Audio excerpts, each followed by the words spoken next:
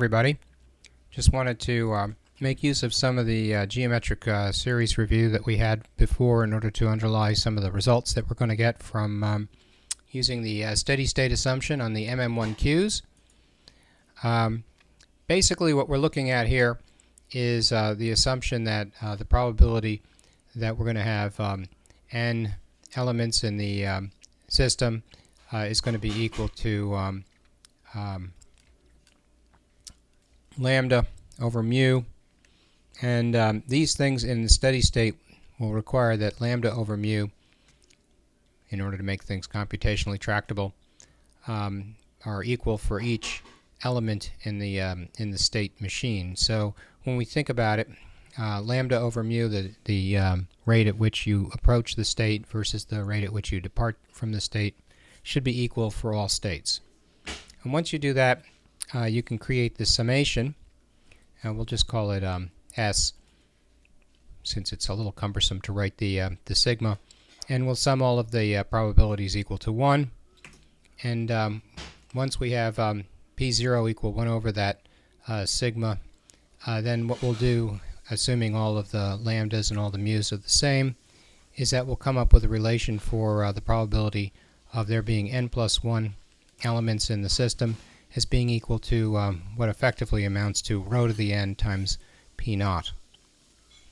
And so now, having said that, we can look at something called utilization. And this is new.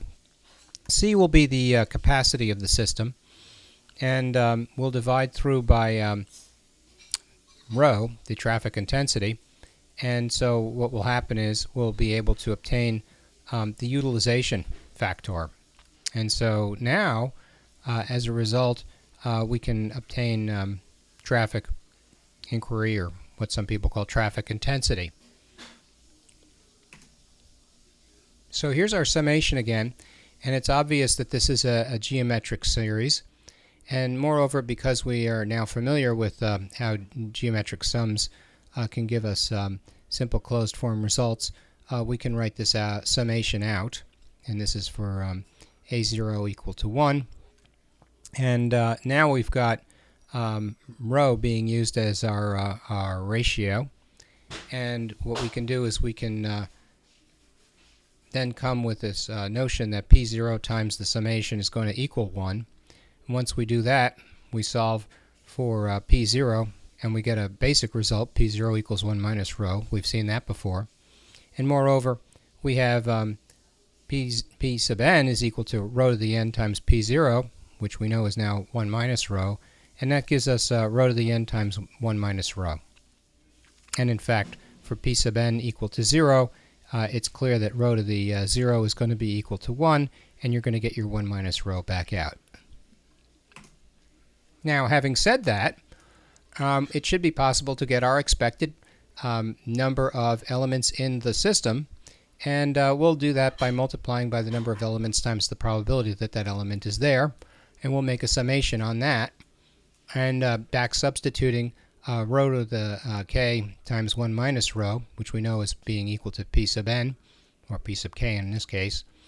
We can then proceed to take out the 1 minus rho, that's just a constant, and we'll take out one of the rho to the k's, shortening our summation by 1 and decreasing our exponent by 1.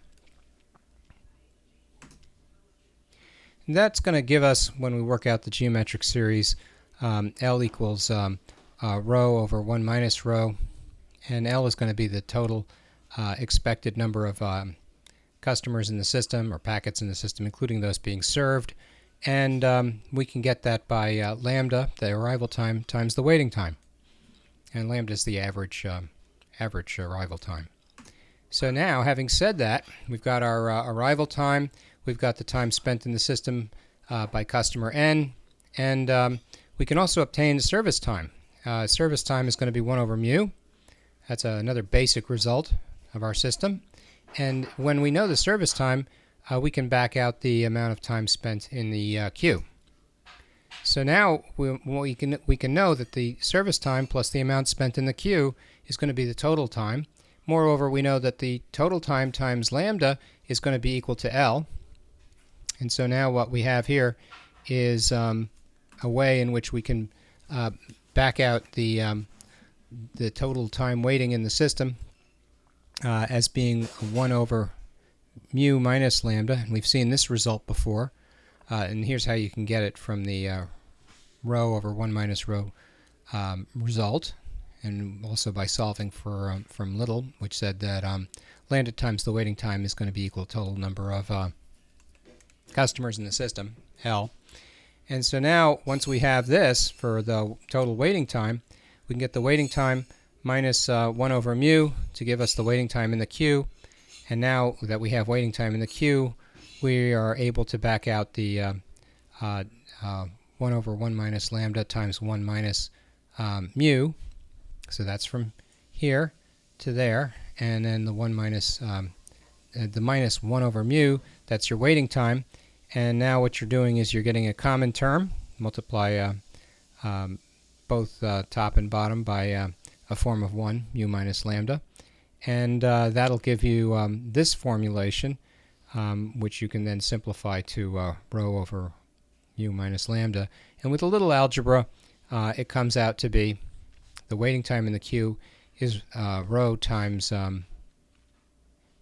waiting time in the system. And that's a nice result.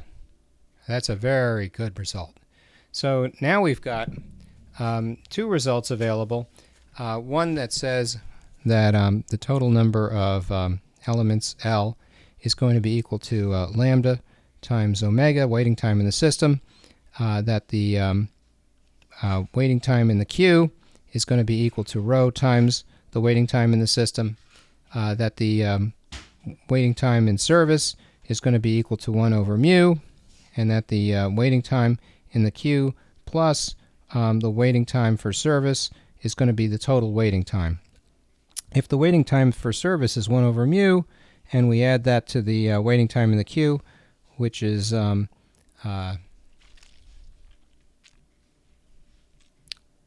omega minus 1 over mu, we can back out and get a whole bunch of interesting relationships. And that